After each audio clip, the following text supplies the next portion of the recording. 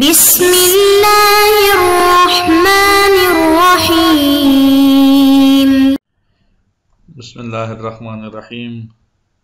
عزیز طلباء اور طالبات، السلام علیکم ورحمۃ اللہ وبرکاتہ۔ امید ہے کہ آپ خیر عافیت سے ہوں گے۔ فقہی احکام کا سلسلہ جاری ہے اور فقہی دروس میں ہم نے سبق نمبر 30 پڑھ لیا، ابھی سبق نمبر 31 کی طرف بڑھ رہے ہیں۔ تو سبق نمبر 30 میں کیا کچھ ہم نے پڑھا اس کے بارے میں بتاتا چلا جاؤں کہ سبق نمبر 30 میں ہم نے مسئلہ نمبر 164 تک پڑھا اور اس کا ٹائٹل عنوان مطہرات ہی تھا اور سب ٹائٹل ذیلی ٹائٹل عنوان وہ پانی تھا۔ تو اس میں ہم نے پانی کے مختلف بدن پہ ڈالا جائے یا برتن کو پاک کیا جائے یا کسی نجس چیز کو پاک کیا جائے تو اس کا کیا طریقہ ہوتا ہے اس کے بارے میں پڑھا۔ آج ہم سبق نمبر 31 کو شروع کر رہے ہیں اور اس کا ٹائٹل عنوان بھی مطہرات ہی ہے، اور اس میں یہ ذہن میں رہے کہ ذیلی ٹائٹل جو ہے وہ پانی ہی رہے گا۔ اس میں ہم توضیح المسائل کا مسئلہ نمبر 165، 166، 167، 168، 169 اور 170 انشاءاللہ اس طرح آگے بھی ہم پڑھیں گے۔ تو آئیں شروع کرتے ہیں۔ مسئلہ نمبر 165 مطہرات ٹائٹل ہے: اگر کور یا جاری پانی میں بدن کی نجاست دور کر لی جائے تو بدن پاک ہو جاتا ہے۔ کور یا جاری پانی میں بدن کی نجاست دور کر لی جائے تو بدن پاک ہو جاتا ہے، لیکن اگر بدن پیشاب سے نجس ہو تو اس صورت میں احتیاط واجب کی بنا پر ایک دفعہ آب خور سے پاک نہیں ہوگا، لیکن پانی سے نکل آنے کے بعد دوبارہ اس میں داخل ہونے ضروری نہیں ہے، بلکہ اگر پانی کے اندر ہی بدن پر ہاتھ پھیر لے تو پانی 2 دفعہ بدن تک پہنچ جائے تو کافی ہے۔ مذکور پانی میں کسی بچے نے پیشاب کر دیا تو اس کا بدن نجس تھا، تو بدن کو پاک کرنے کے لیے بس اس کے اوپر ہاتھ مار دیا جائے نجاست کے اوپر تو 2 دفعہ وہ ہو جائے گا، لہذا وہ پاک تصور ہوگا۔ مسئلہ نمبر 166، اس کا ٹائٹل اور عنوان بھی مطہرات ہے اور ذیلی ٹائٹل پانی ہے۔ اگر نجس غذا دانتوں کی ریخوں میں رہ جائے اور پانی منہ میں بھر کر یوں گھمایا جائے کہ تمام نجس غذا تک پہنچ جائے تو وہ غذا پاک ہو جاتی ہے۔ لہذا بدن میں مختلف قسم کی غذائیں کھانے کے لیے دانتوں کا استعمال کیا جاتا ہے۔ کوئی سخت غذا بھی ہو سکتی ہے، دانتوں سے خون آ گیا ہے تو نجس ہو گئی ہے، تو اب اس غذا کو دانتوں کی جو ریخوں میں پھنسی ہوئی ہے اس کو پاک کیا جا سکتا ہے۔ کس طرح؟ پانی ڈالے منہ میں اور وہ پانی غذا کو بھی چھو لے اور غذا سے گزر جائے تو پھر وہ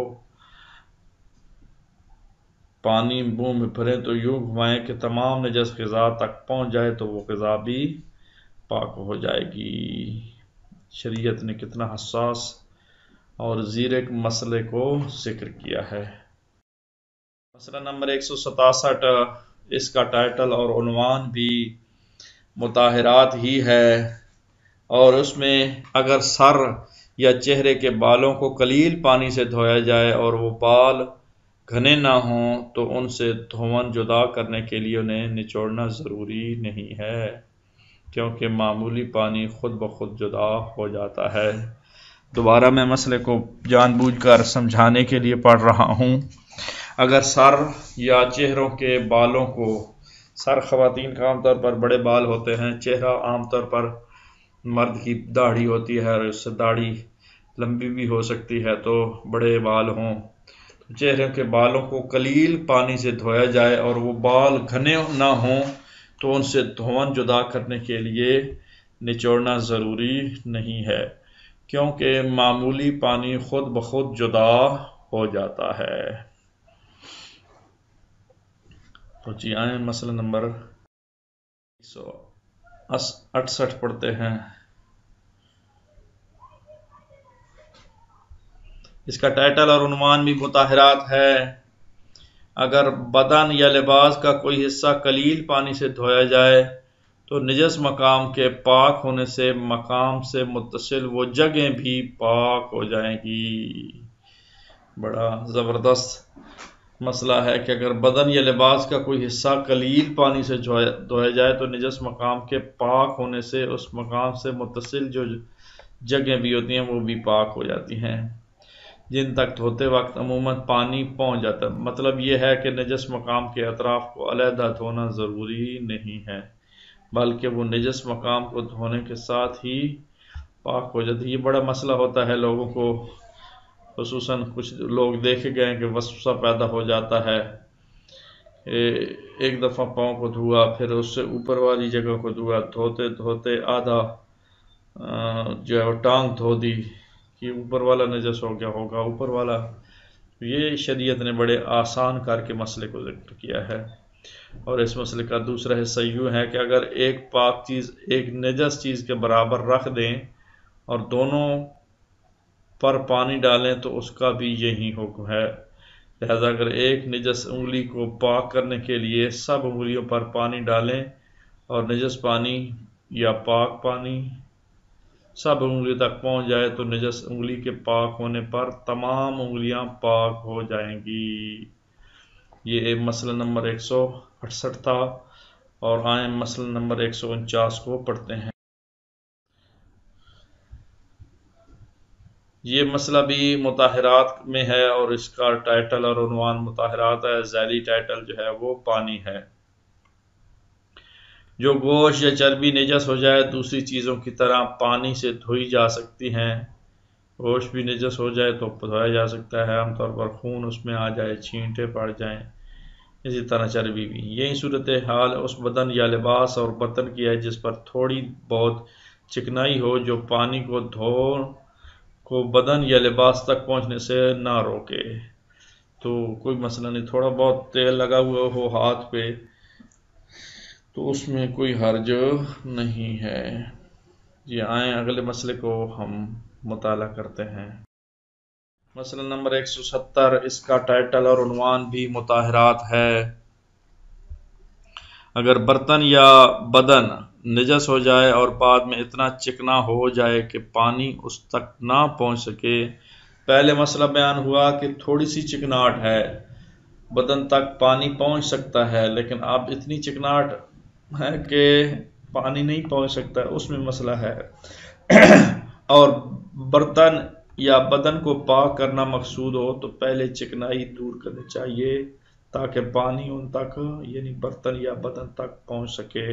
تو سادہ سی بات ہے، ہاتھ جو ہے وہ گیلے تھے یا ہاتھ چکناہٹ کے ساتھ گیلے تھے، اس سے پہلے صابن کے ساتھ دھویا جائے، اور جب صابن کے ساتھ دھل جائیں تو پھر وہ ایک بار پانی ڈالنے سے پاک ہو جائیں گے۔ تو پہلے چکناہٹ کو دور کر لیا جائے، چکنائی دور ہو جائے گی تو پھر پاک ہو جائیں گے۔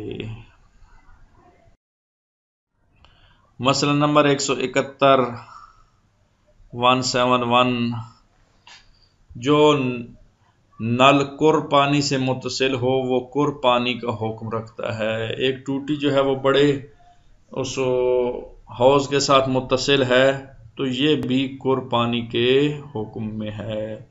تو یہ مسئلہ نمبر 171 ہے جس کا ٹائٹل مطہرات ہیں، اور انتہائی مختصر سا مسئلہ ہے کہ جو ٹوٹی جو نل کر پانی سے متصل ہو وہ کر پانی کا حکم رکھتا ہے، وہ کر پانی کے احکام اس کے اوپر جاری ہوں گے۔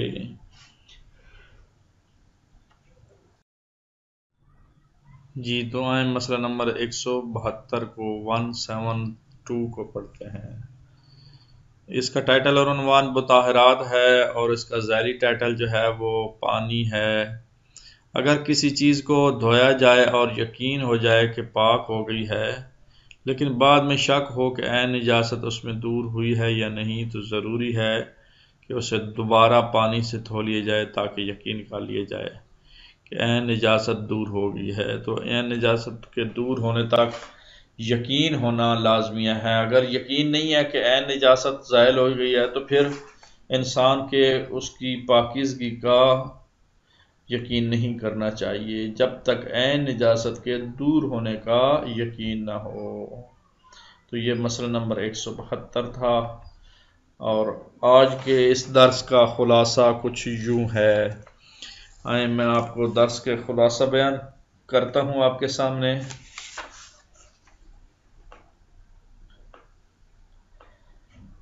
آج کے درس میں ہم نے پڑھا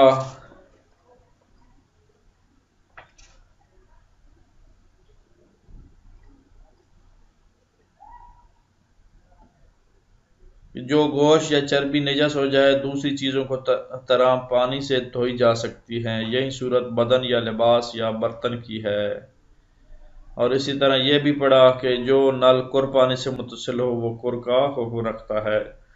اور مختصراً میں آپ کی خدمت میں پیش کر رہا ہوں۔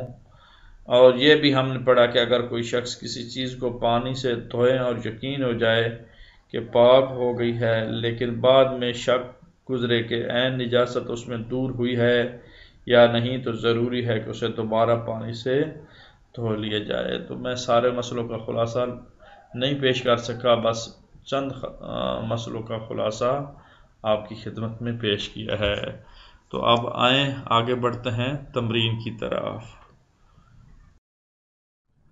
جی تو آئیں تمرین حل کرتے ہیں۔ اس آج کے سبق کا جو نچوڑ ہے وہ تمرین ہوتی ہے، تو اس وجہ سے یہ پر کرنا لازمی ہوتی ہیں، یہ حل کرنا لازمی ہوتے ہیں سوالات کے جوابات۔ اور آج تفصیلی جواب آپ دیں گے کہ اگر ایک پاک چیز ایک نجس چیز کے برابر رکھ دیں اور دونوں پر پانی ڈالیں تو اس کا کیا حکم ہے، یہ آپ نے آج بتانا ہے کہ اس کا کیا حکم ہے۔ وہ پاک ہوں گی دونوں نجس ہوں گی، یا ایک پاک ہوگی دوسری نجس ہوگی، پہلی پاک ہوگی یا دوسری پاک ہوگی، دوسری پاک ہوگی یا پہلی نجس ہوگی، تو یہ کیا حکم رکھتی ہے، اس بارے میں آپ نے یہ مسئلے کو ڈھونڈنا ہے۔ اور اس کے ساتھ دوسرا مسئلہ، گوشت یا چربی نجس ہو جائے تو دوسری چیزوں کی طرح اس کو بھی دھویا جا سکتا ہے یا نہیں دھویا جا سکتا، اگر دھویا جا سکتا ہے تو کیسے، اگر نہیں دھویا جا سکتا تو کیوں نہیں دھویا جا سکتا۔ اور تیسرا مسئلہ جو ہے وہ جو نل کر یا جاری پانی سے متصل ہو تو وہ کر پانی کا حکم رکھتا ہے یا نہیں رکھتا، جاری پانی کا حکم رکھتا ہے یا نہیں رکھتا۔ تو آپ سے تفصیلی جواب کی ضرورت ہے۔ یہ کس مسئلے میں بیان ہوا ہے یہ بھی بتائیں، اور کیا مسئلہ بیان ہوا ہے وہ بھی بتائیں۔ میرے خیال ہے آج کے لیے اتنا ہی کافی ہے۔ اللہ نگہبان، خدا حافظ و ناصر۔